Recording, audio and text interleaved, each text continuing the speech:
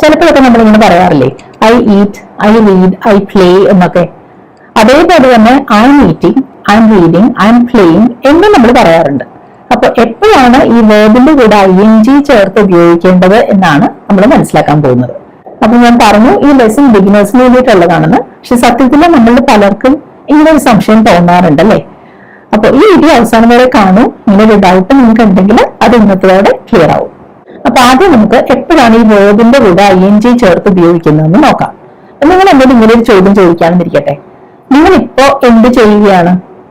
അപ്പൊ എന്റെ ഉത്തരം ഞാനിപ്പോ പഠിപ്പിക്കുകയാണ് എന്നാണ്. അതെങ്ങനെ ഞാൻ പറയുന്നത് നോക്കൂ. ഐ ആം ടീച്ചിങ് നൗ, ഇപ്പോൾ. അതുകൊണ്ടാണ് ഞാൻ നൗ എന്ന് ഉപയോഗിച്ചത്. I am teaching now. ഇനി ഞാൻ നിങ്ങളോട് ചോദിക്കുകയാണ്, നിങ്ങളിപ്പോ എന്ത് ചെയ്യാണ്? അപ്പൊ നിങ്ങൾ സ്വാഭാവികമായിട്ടും ഇപ്പോ ഈ വീഡിയോ കാണുകയാണല്ലോ. അപ്പൊ നിങ്ങൾ എന്ത് പറയും? I am watching a video now. I am watching a video now. ഇനി നിങ്ങൾ പാത്രം കഴുകിക്കൊണ്ടിരിക്കുകയാണെന്നിരിക്കട്ടെ. അപ്പൊ അതെങ്ങനെ പറയും? അപ്പൊ പാത്രം കഴുകുക എന്നുള്ളതിന് ടു വാഷ് ദി ഡിഷസ് എന്ന് പറയാം, ടു ഡു ദി ഡിഷസ് എന്നും പറയാം കേട്ടോ. രണ്ട് രീതിയിലും പറയാം. അപ്പൊ അതെങ്ങനെ ഇംഗ്ലീഷിൽ പറയാം? I am washing the dishes അല്ലെങ്കിൽ I am doing the dishes. അപ്പൊ നമുക്ക് ഇതിൽ നിന്ന് എന്താ മനസ്സിലാക്കാവുന്നത്? ഒരാള് ഇപ്പോ ചെയ്തുകൊണ്ടിരിക്കുന്ന ഒരു കാര്യത്തെപ്പറ്റി, ഒരു പ്രവൃത്തിയെ പറ്റി പറയാനാണ് നമ്മൾ വേർബിന്റെ കൂടെ ING ചേർത്ത് ഉപയോഗിക്കുന്നത്. അതായത് ഈ സംസാരിക്കുന്ന സമയത്ത് നടന്നുകൊണ്ടിരിക്കുന്ന പ്രവൃത്തി ആയിരിക്കണം കേട്ടോ.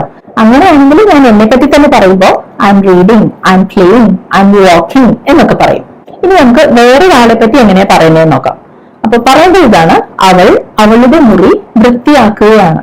ഈ പറഞ്ഞുകൊണ്ടിരിക്കുമ്പോൾ നടക്കുന്ന പ്രവൃത്തിയാണ് എനിക്ക് കാണാം ഇത് നടക്കുന്നത്.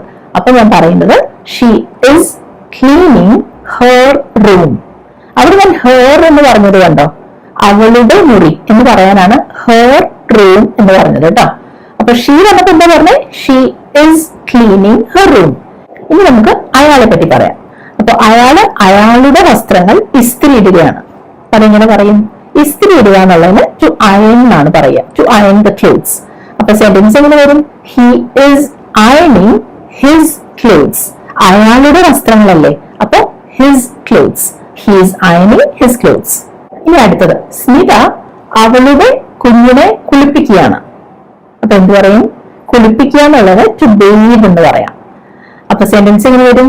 Smitha is bathing her baby. നമ്മൾ ബാത്തിങ് എന്നല്ല കേട്ടോ പറയുന്നത്, വേർഡായിട്ട് പറയുമ്പോൾ ബേത്ത് എന്നാ പറയാ. Smitha is bathing her baby, അവളുടെ കുഞ്ഞ്. അതുകൊണ്ടാണ് ഹെർ ബേബി എന്ന് പറഞ്ഞത്. അപ്പൊ കണ്ടല്ലോ, നമ്മൾ മറ്റൊരാള് ഇപ്പൊ ചെയ്തുകൊണ്ടിരിക്കുന്ന പ്രവൃത്തികളെ പറ്റി എങ്ങനെ പറഞ്ഞു നോക്കൂ.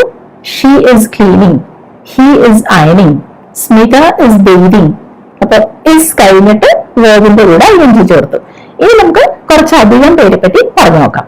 ഞങ്ങള് TV കണ്ടുകൊണ്ടിരിക്കുകയാണ്. ഈ പറയുന്ന സമയത്ത് നടക്കുന്ന കാര്യമാണ്. അതെങ്ങനെ പറയും? We are watching TV. We are watching TV. ഇനി അവര് ചെസ് കളിക്കുകയാണ്. അപ്പൊ അത് ഇപ്പൊ തുടർന്നുകൊണ്ടിരിക്കുന്ന ഒരു പ്രവൃത്തിയാണ്. എന്താ പറയാ? ദേ are playing chess. They are playing chess. അപ്പൊ ഇതിനു മുൻപ് ഒരു ലെസണിൽ ഞാൻ പറഞ്ഞിട്ടുണ്ടായിരുന്നു, ഈ സ്പോർട്സിനെ പറ്റിയിട്ടൊക്കെ പറയുമ്പോൾ അവിടെ നമ്മൾ ദ ചെസ് അല്ലെങ്കിൽ ദ ടെന്നീസ് എന്നൊന്നും പറയില്ല കേട്ടോ. അതുകൊണ്ടാണ് ഇവിടെ നമ്മൾ ആ ദ എന്നുള്ള വാക്ക് ചെസ്സിന് മുൻപ് ഉപയോഗിക്കാതിരുന്നത്. ഇനി നിങ്ങള് പച്ചക്കറി അരിഞ്ഞുകൊണ്ടിരിക്കുകയാണ്, അതെനിക്ക് കാണാം. ഞാൻ ഇങ്ങനെ അതിനെപ്പറ്റി പറയാ, യു ആർ ചോപ്പിംഗ് വെജിറ്റബിൾസ്. കണ്ടോ, പച്ചക്കറി അരിയാന്നുള്ളതിനാണ് കേട്ടോ ഞാൻ ചോപ്പിംഗ് എന്നുള്ള വാക്ക് ഉപയോഗിച്ചത്. അപ്പൊ ഇവിടെ നമ്മൾ ഒന്നിലധികം ആളുകൾ ഇപ്പൊ ചെയ്തുകൊണ്ടിരിക്കുന്ന ഒരു പ്രവൃത്തിയെ പറ്റി എങ്ങനെ പറഞ്ഞു നോക്കൂ. We are watching, they are playing, you are chopping. കണ്ടോ, ഇവിടെ നമ്മൾ ആർ കഴിഞ്ഞിട്ട് വേർബിന്റെ കൂടെ ING ഉപയോഗിച്ചു. അപ്പൊ ഇപ്പൊ മനസ്സിലായല്ലോ, ഇപ്പൊ നടന്നുകൊണ്ടിരിക്കുന്ന ഒരു പ്രവൃത്തിയെ പറ്റി പറയാനാണ് നമ്മൾ ഈ ING ചേർത്ത് ഉപയോഗിക്കുന്നത്.